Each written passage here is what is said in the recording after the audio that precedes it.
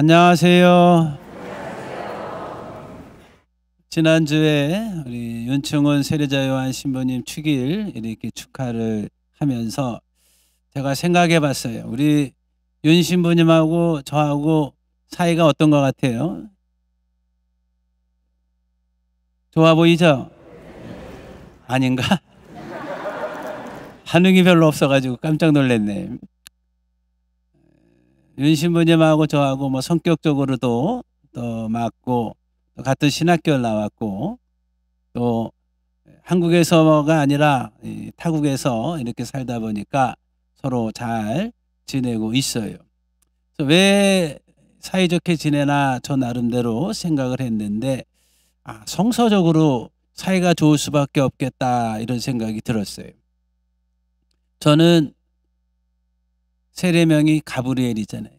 윤 신부님은 세례자 요한. 제가 드가리아의 꿈에 나타나서 이야기하잖아요. 너의 아내 엘리사벳이 이제 아이를 가질 것이다. 내가 꿈에 나타나지 않으면 윤 신부님은 없는 거야. 거기서 내가 얘기를 했기 때문에 엘리사벳이 아이를 가졌고, 그리고 또 제가 꿈에서 아이의 이름을 요한이라고 해라. 그래서 엘리사벳이 아이를 낳았을 때 친척들이 이름을 뭐라고 할까요? 다들 지가리아라고 할까요? 그랬을 때 엘리사벳이 뭐라 그래? 요한이라고 해야 합니다. 그 이름도 내가 지어준 거잖아요. 그러니까 친하게 지낼 수밖에 없죠. 성서적으로 봐도 그렇지 않나 생각을 해봤습니다. 오늘 교회는 베드로와 바오로 사도를 함께 대축일로 기념하고 있어요. 초대교회에 그만큼 베드로와 바오로가 커다란 역할을 했기 때문입니다. 새가 왼쪽 날개와 오른쪽 날개가 있어야 목적지를 향해서 날아갈 듯 있듯이, 오늘 복음에서 본 것처럼 베드로 사도는 예수님을 이렇게 고백하잖아요. 스승님은 살아계신 하느님의 아들 그리스도이십니다. 이렇게 고백을 하니까 예수님이 베드로 사도에게 막중한 사명을 주시죠. 너는 베드로이다. 내가 이 반석 위에 나의 교회를 세울 터인즉 그 어떠한 것도 이 교회를 무너뜨리지 못할 것이다. 예수님의 말씀처럼 교회는 2000년이 지났지만 아직까지도 이렇게 복음을 전하는 하느님의 구원 사업의 커다란 성사로 이어져 오고 있습니다. 그리고 베드로 사도에게 예수님께서 난 너에게 천국의 열쇠를 준다. 네가 이 열쇠로 땅에서 풀면 하늘에서도 풀릴 것이고 땅에서 매면 하늘에서도 매일 것이다. 이렇게 예수님께서는 베드로 사도에게 사명과 또 천국의 열쇠를 주시죠. 그런가 하면 바오로 사도에게 예수님께서는 말씀하시잖아요. 너는 왜 나를 박해하느냐? 바오로 사도가 주님 누구십니까? 난 네가 박해하는 예수다. 그때부터 바오로 사도는 교회를 박해하던 사람에서 복음을 전하는 사도가 됐죠. 그리고 오늘 제2독서에서 말했던 것처럼 바오로 사도는 뭐라 그래요? 나는 달릴 길을 다 달렸습니다. 이제 의로움의 화관이 나에게 주어질 것입니다. 베드로 사도가 신앙을 고백했다면 바오로 사도는 말씀과 행동으로 그 신앙 고백을 실천했어요. 그래서 이렇게 얘기하잖아요. 정말 주님께서 나를 다그칩니다. 이제 내가 사는 것이 아니라 예수 그리스도께서 내 안에 살고 있습니다. 오늘 베드로와 바오로 사도의 축일을 지내면서 우리들 또한 예수님을 하나님의 아들 그리스도로 고백하고 예수님을 위해서라면 우리가 달릴 길을 다 달릴 수 있는 그런 신앙의 모범을 보여야 할 겁니다. 오늘 베드로 바오로 사도 축일을 지내면서 저희 동창 중에서 베드로 신부님과 바오로 신부님이 이렇게 떠올랐어요. 베드로 신부 한 분은 군대를 3년을 갔다 왔는데 자청해서 군정 신부로 자원했어요. 다들 군대 가는 거 별로 안 좋아하잖아요.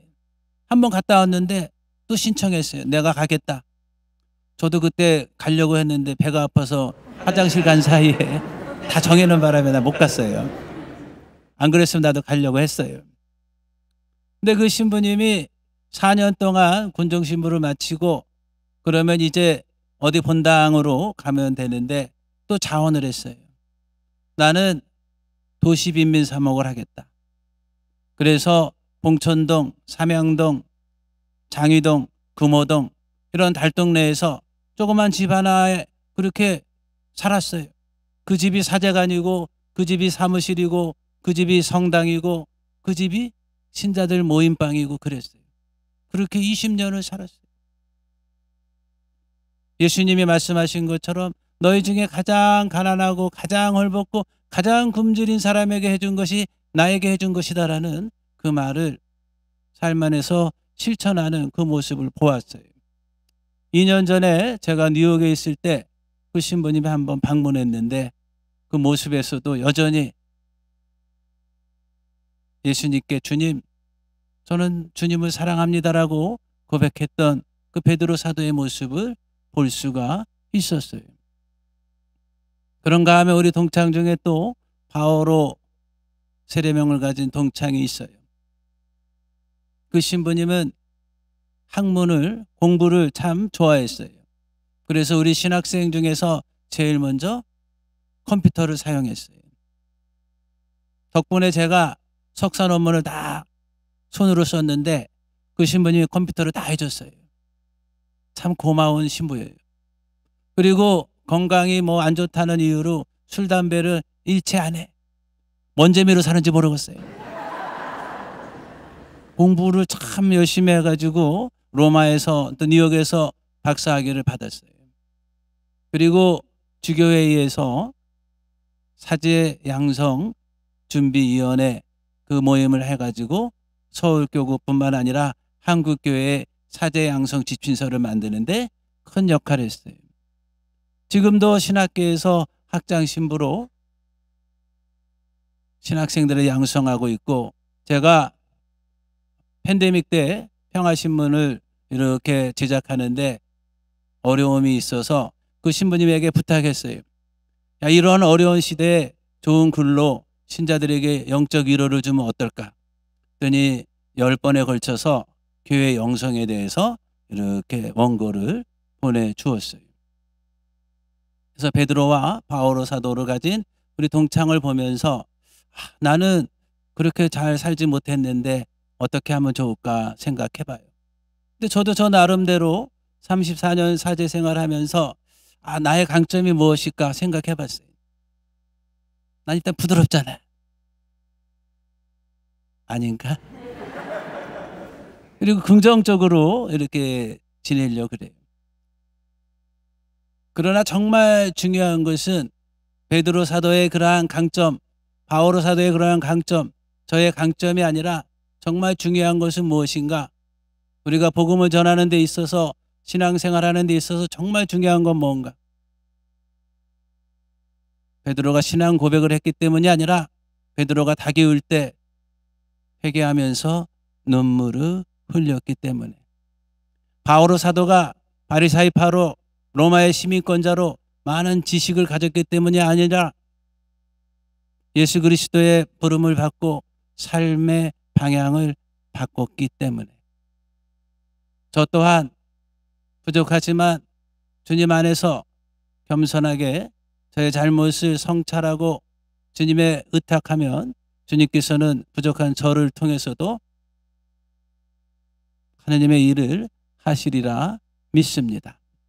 오늘 이 미사를 함께 봉헌하면서 우리들 또한 하나님께서 나를 구원의 도구로 써주신다라는 확신을 가지고 베드로 사도처럼 신앙을 고백하고 바오로 사도처럼 그 믿음을 끝까지 달릴 길을 다 달리는 그러한 확신과 신념으로 하루하루 살아간다면 언젠가 하나님께서 우리 모두에게 의로움의 화관을 씌워 줄 겁니다.